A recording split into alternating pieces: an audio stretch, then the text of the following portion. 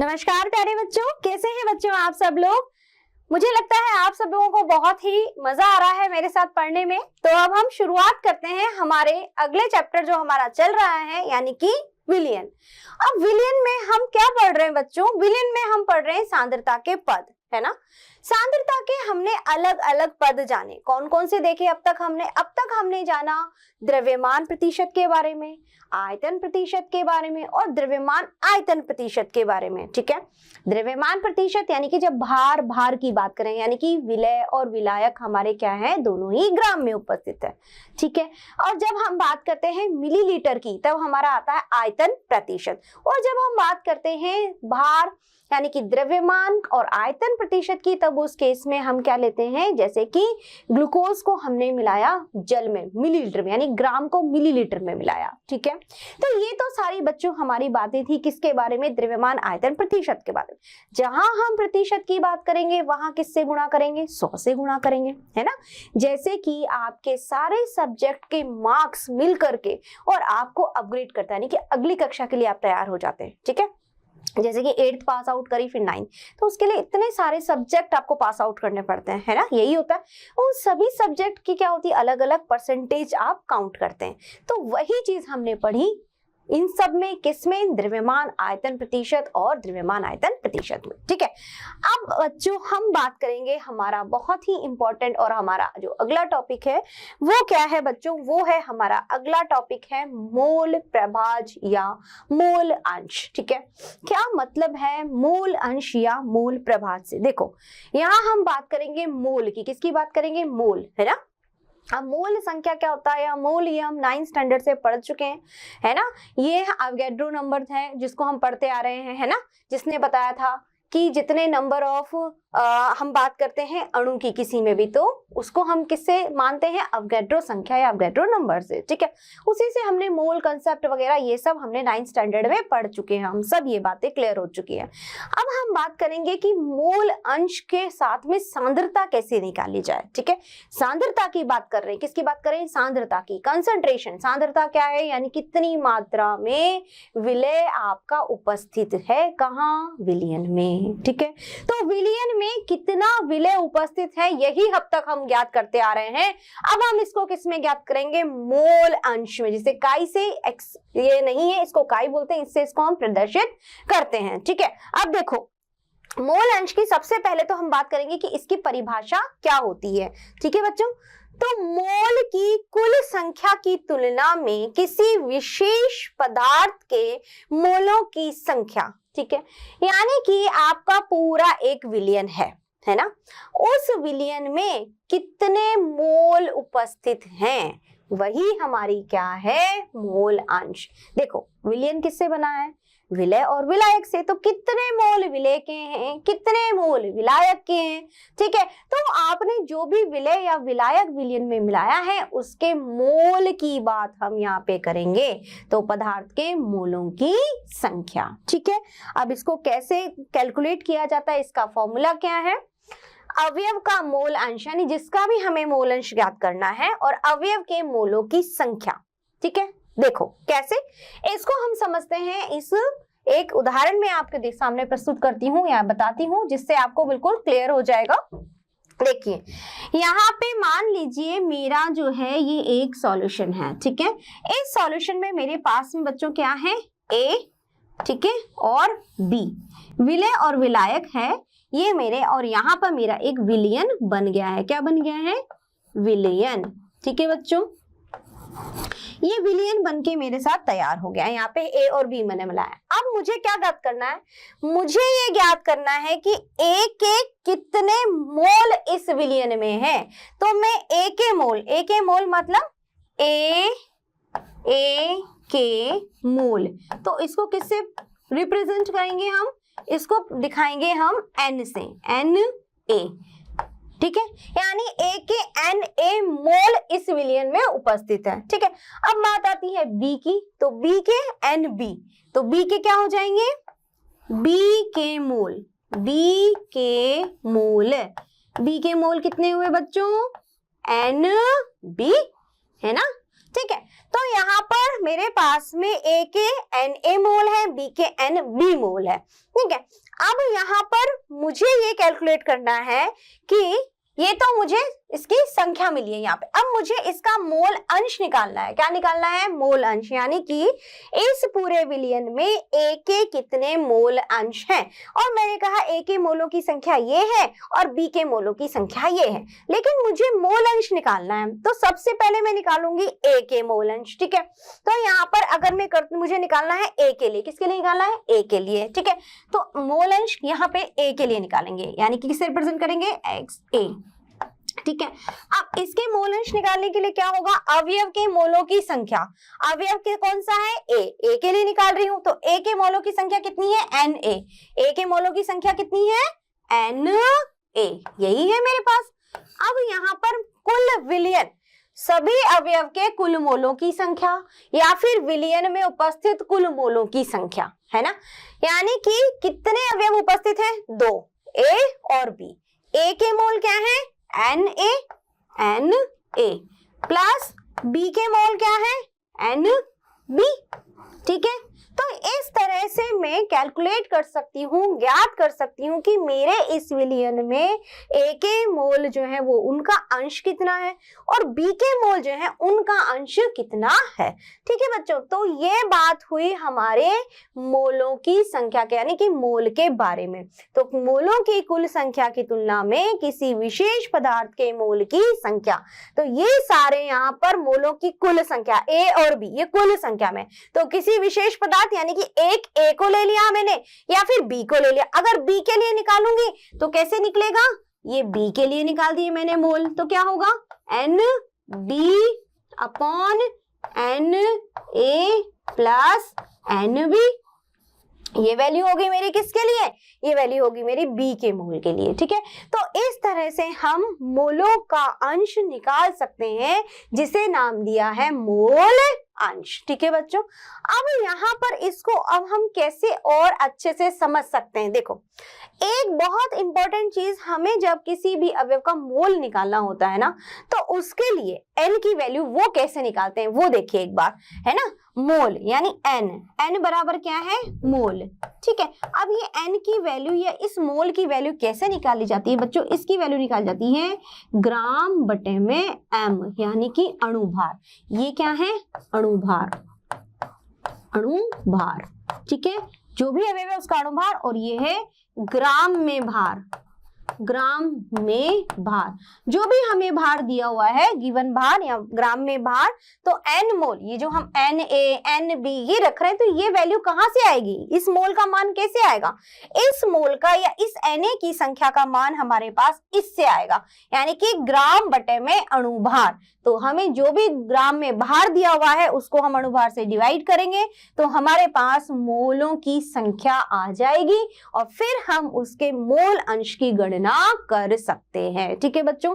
तो कितने मोल अंश उपस्थित हैं ये ज्ञात करेंगे हम मोल अंश के इस फॉर्मूले से। देखो, मैंने यहाँ 100 से या 10⁶ किसी से भी मल्टीप्लाई नहीं किया ना, क्योंकि हम परसेंटेज थोड़ी निकाल रहे हैं।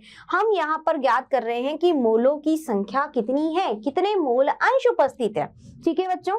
अब इससे रिलेटेड मैं एक प्रश्न आपको समझा देती हूँ, जिससे आपको ईजी हो जाएगा इसको समझना।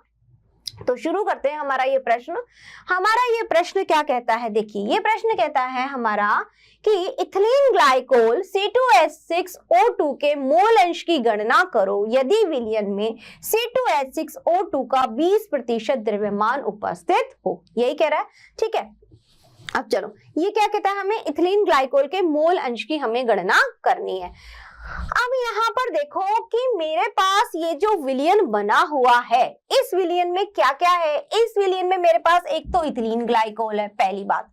अब इसके साथ मैंने किसको मिलाया है कि जब मैंने इसका विलयन तैयार किया है तो ये मैंने बनाया है H2O में, यानी कि वाटर के साथ, ठीक है। अब देखिए, इसका 20% द्रव्यमान उपस्थित हो, यानी कि हम बात कर रहे हैं परसेंटेज की, ठीक है। परसेंटेज में आ रहा है द्रव्यमान हमारा 20% है द्रव्यमान, यानी किस में बात आ जाएगी?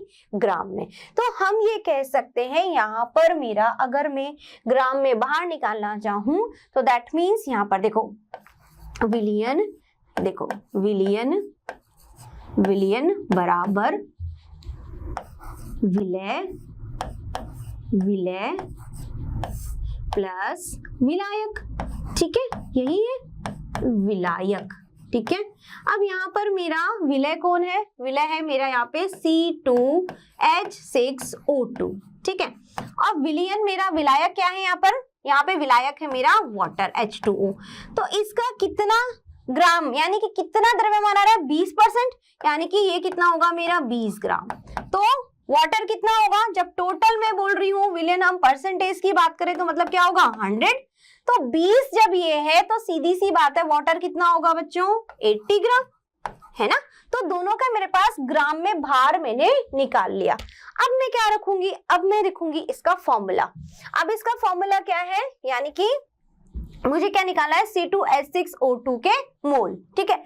तो यहाँ पर हम निकाल देंगे C2H6O2 के मोल अंश, ठीक है, के मूल अंश निकालना है मुझे, ठीक है। तो क्या फॉर्मूला रखूंगी मैं, फॉर्मूला मेरा क्या होगा, यहाँ पर इसके मोलों की संख्या, है ना।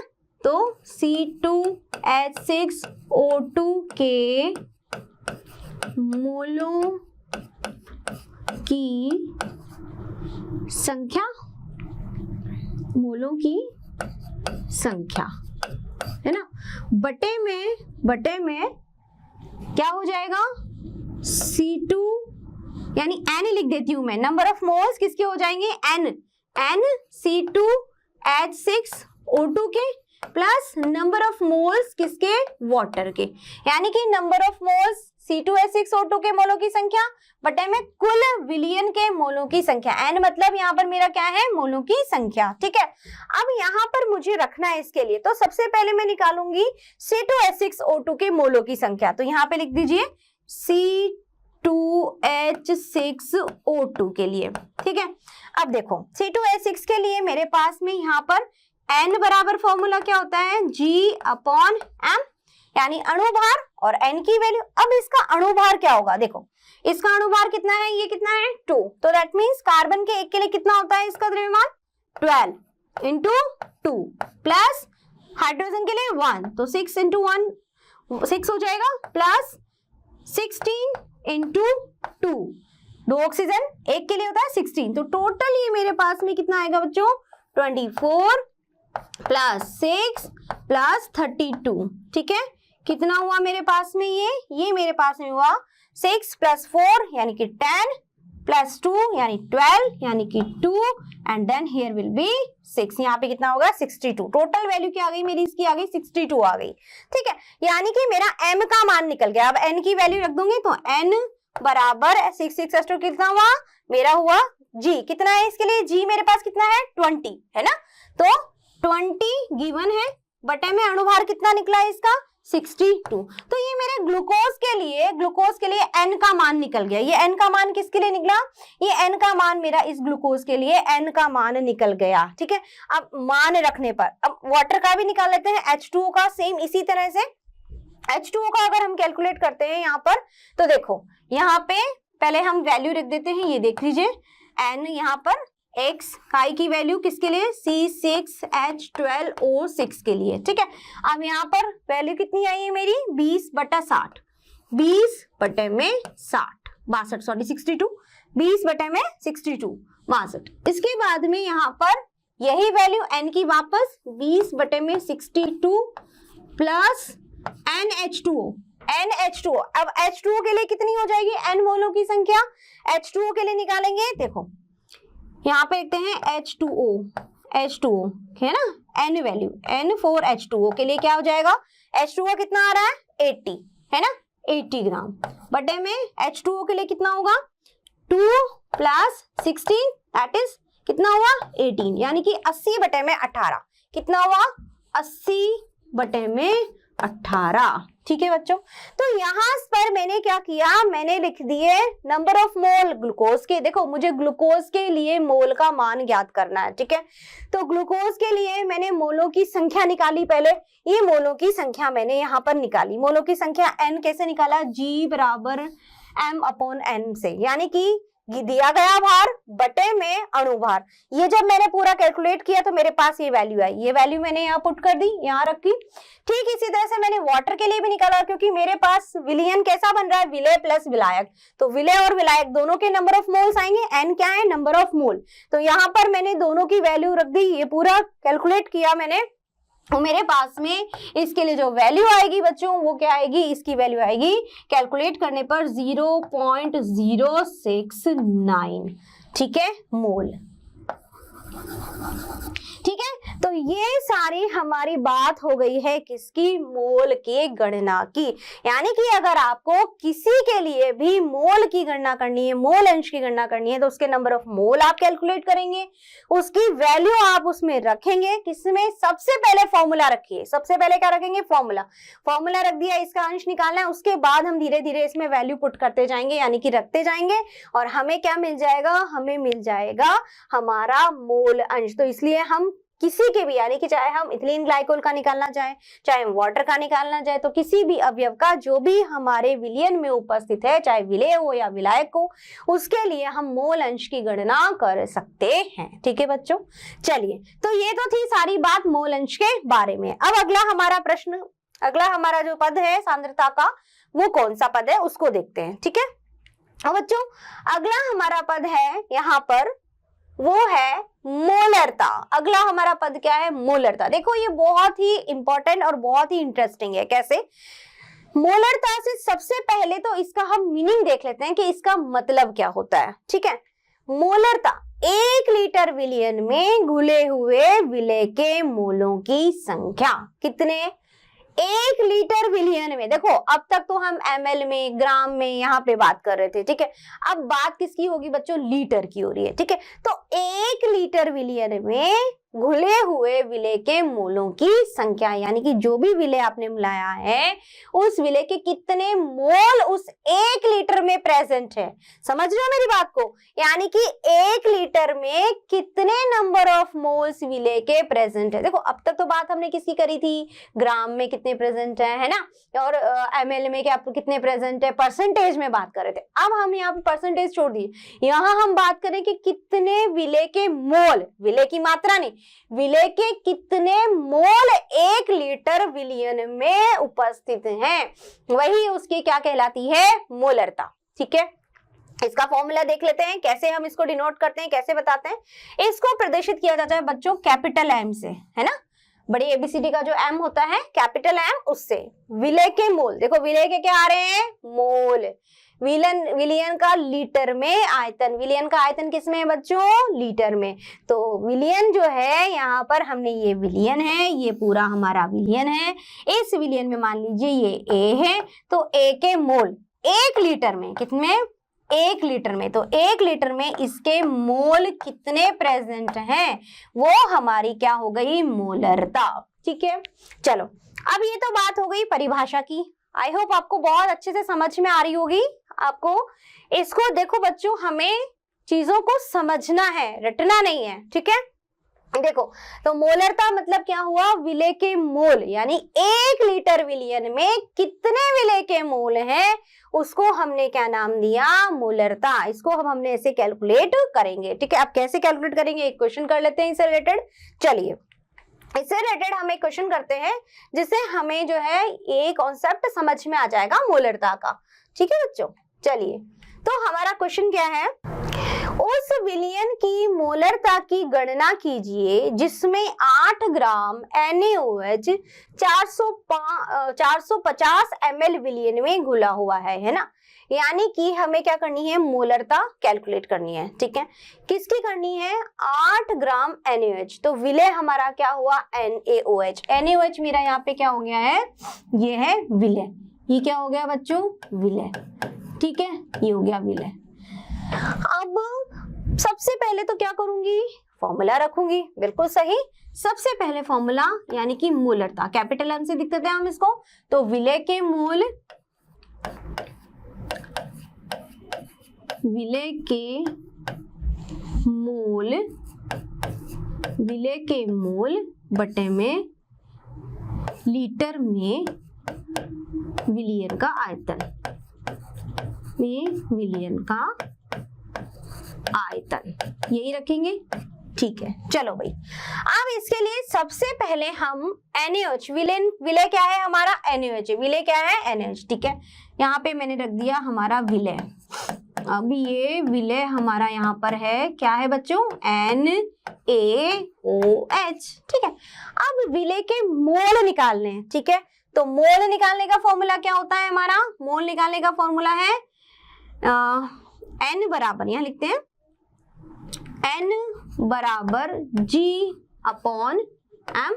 ठीक है, अब N निकालना है, नंबर ऑफ मोल, किसके लिए, NaOH के लिए। तो सबसे पहले M की वैल्यू निकलेगी, है ना।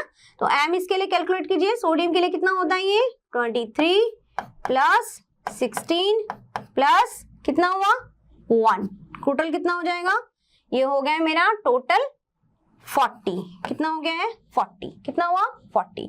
तो अब N बराबर वैल्यू रख दीजिए, N बराबर G की वैल्यू कितना ग्राम दिया हुआ है, 8 ग्राम। गिवन कितना है ग्राम में बार 8, तो 8 बटे में M कितना आ गया 40। ठीक है, सोडियम का बार कितना हुआ 23, ऑक्सीजन का कितना होता है 16, हाइड्रोजन का 1, टोटल कितना हुआ 40।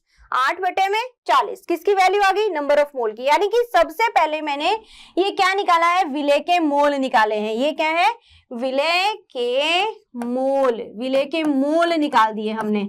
ठीक है, विलय के मोल, N की वैल्यू निकाल दी। अब यहाँ पे मैं विलय के मोल रख दूंगी भाई। तो मैंने रखा M बराबर, विलय के मोल कितने आए मेरे यहाँ पर 8/40 इंटू 1/L, यानी आयतन मेरा क्या आएगा लीटर में। अब देखो यहाँ पे जो मुझे आयतन दिया वो मिलीलीटर में दिया है, किसमें दिया है, मिलीलीटर में। अब जब मुझे किसी भी मिलीलीटर को लीटर में चेंज करना होता है तो क्या करते हैं, 1000 का भाग देते हैं, यही करते हैं। अब यही चीज हम यहाँ पे भी करेंगे, यानी कि 450 में किसका भाग देंगे, 1000 का। तो हमारे पास में M बराबर क्या हो जाएगा, 8 बटे में 40 गुणा क्या हो गया 1000, ऊपर चला जाएगा बटे में 450, 450। ठीक है, अब हम इसको सॉल्व करेंगे। जब सॉल्व करेंगे ये 0 0 0 0 से कट जाएगी।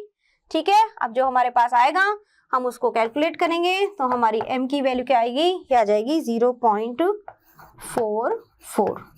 ठीक है, तो M की वैल्यू क्या आ गई है मेरी यहाँ पे 0.44। ठीक है बच्चों, तो ये हमने कैलकुलेट क्या की, मोलरता। क्या कैलकुलेट करी है, मोलरता। ठीक है, तो आई होप अब आपको समझ में आ गई होगी। अगर कभी घनत्व आ जाए तो भी आप कभी भी उस चीज से घबराना नहीं। क्यों, क्योंकि हमें पता है कि D यानी कि घनत्व अगर आ जाता है कहीं पे, तो घनत्व बराबर क्या होता है, द्रव्यमान बटे में आयतन, यही होता है ना। अगर हमारे पास में घनत्व है ना, और आयतन है, तो हम द्रव्यमान निकाल सकते हैं। तो हम उसको भी वैल्यू को पुट कर सकते हैं अगर हमारे पास में द्रव्यमान नहीं दिया हुआ है, गिवन बार नहीं दिया हुआ है। ठीक है, तो इस तरह से हम क्या कर सकते हैं, हम इजीली जो है वो कैलकुलेट कर सकते हैं। किसको कैलकुलेट कर सकते हैं, मोलरता।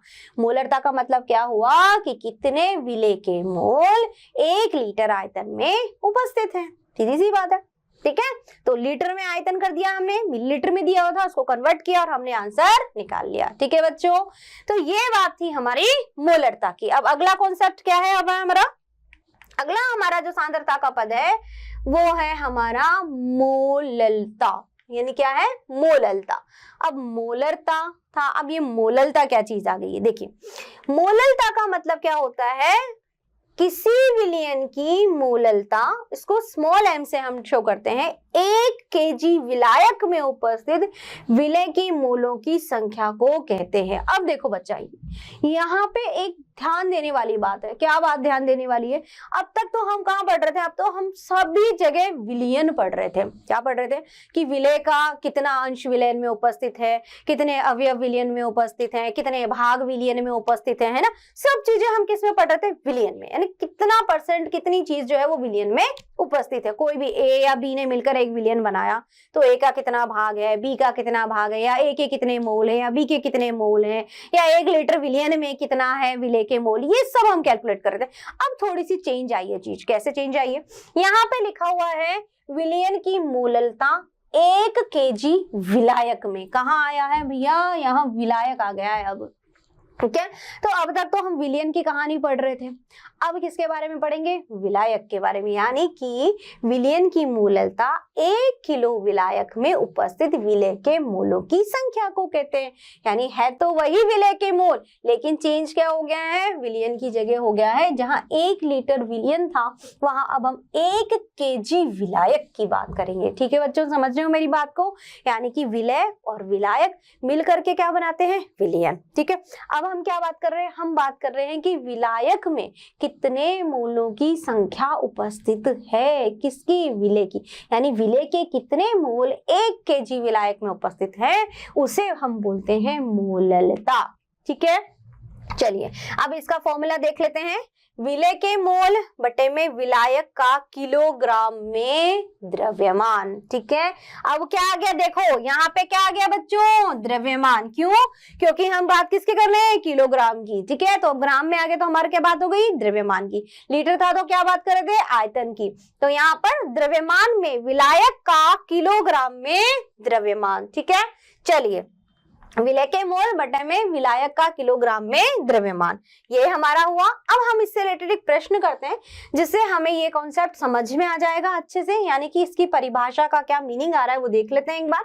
चलिए प्रश्न हमारा क्या है बच्चों? प्रश्न है 3.5 ग्राम इथेनोइक एसिड के 75 ग्राम बेंजीन में विलयन की मोललता की गणना करो। ठीक है, अब क्या गणना करनी है हमें गणना करनी है मोललता की। ठीक है, अब मोललता की गणना करने के लिए यहाँ पर देखो मेरे पास में क्या है, यहाँ पे मुझे दिया हुआ है इथेनोइक एसिड। ठीक है, तो ये मेरा इथेनोइक एसिड जो है ये क्या है बच्चों? सबसे पहले तो देखो जब भी क्वेश्चन आता है तो उसमें विलय प्लस विलायक एक बार डिफरेंशियल विलयन क्या दिया हुआ है, विलायक क्या दिया हुआ है ना, वो सब चीजें। ठीक है, तो यहाँ पर मेरे पास में इथेनोइक एसिड क्या है?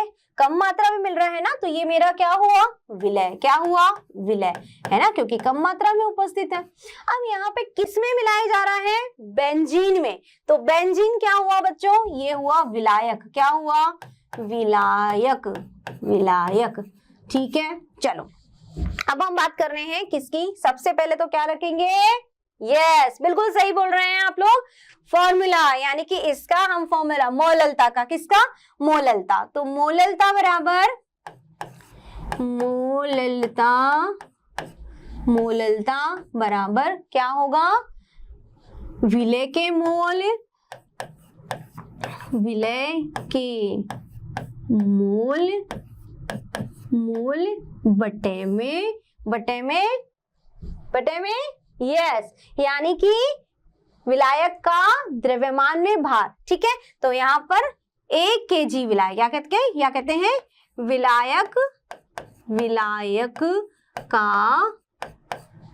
का 1 केजी में द्रव्यमान।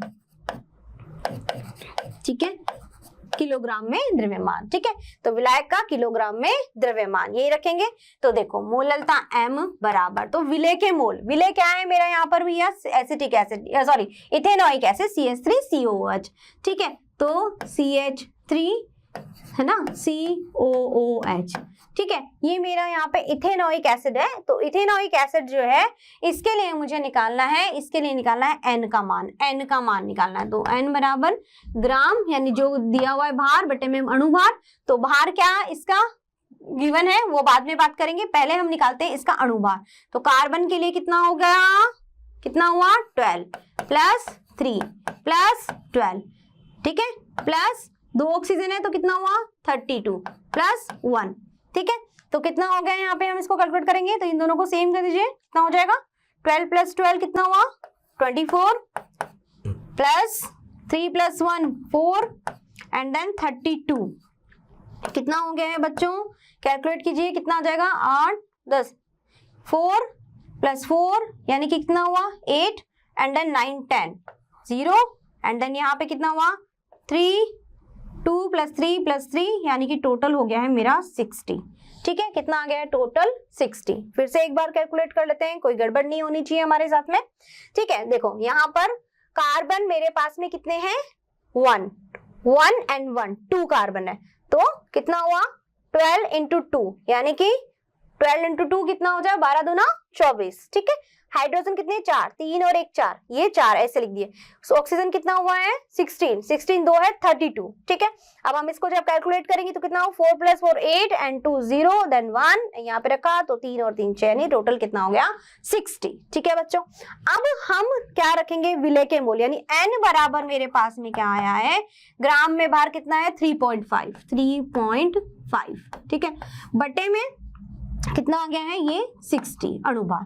तो ये मेरे नंबर ऑफ मोल निकल गए हैं ना, यानी कि मोलों की संख्या मैंने किसके लिए निकाली बच्चों, इसके इथेनोइक एसिड के लिए निकाल ली। अब मुझे क्या रखना है, यहाँ पे मैंने वैल्यू रख दी, वैल्यू क्या है भाई मेरी 3.5/60, ठीक है, इंटू 1/kg में विलायक का भार है ना, तो विलायक का केजी में द्रव्यमान या भार। अब यहाँ पर मेरे पास में वो जो विलायक है वो किस में है बच्चों, ग्राम में है, 75 ग्राम, 75 ग्राम।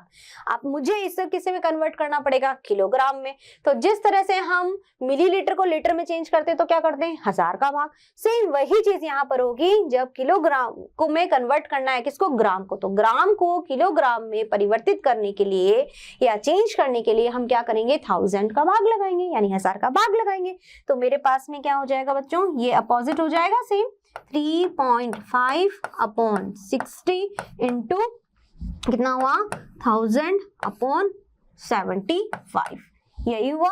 अब हम इसको सॉल्व कर सकते हैं, पॉइंट हटाई, 0 लगाई, 2 0 से 2 0 कट गए, ठीक है। हम इसको 5 से कट सकते हैं, 5 7 जा 35, ठीक है, इसको कट कर लीजिए, 5 1 जा 5 and then here will be 5 3 जा 15 ने 5 दी 15, ठीक है। तो टोटल जब हम इसको इस तरह से सॉल्व करेंगे तो हमारे पास में मोललता क्या आ जाएगी, मोललता आएगी 0.89, ठीक है। तो क्या आ गई 0.89, ठीक है। तो इस तरह से हम मोललता भी निकाल सकते हैं, ठीक है बच्चों। तो ये बात थी हमारी किसकी, मोललता की। देखो दोनों चीजों में कंफ्यूज नहीं होना है, मोलरता और मोललता को लेकर के बहुत सारे बच्चे कंफ्यूज हो जाते हैं मोलरता और मोललता में। मोलरता में बात करेंगे जब तो बात करेंगे लीटर में आयतन की, ठीक है बच्चों। नंबर वही है, विलय के मोल जो है वो 1 लीटर आयतन में कितने उपस्थित है, वो तो हमारा क्या है मोलरता, ठीक है। मोललता की बात करेंगे तो वहां पर हमारे विलय के मोल जो हैं वो विलायक में कितने उपस्थित है, विलायक किसका भार किसमें, केजी में।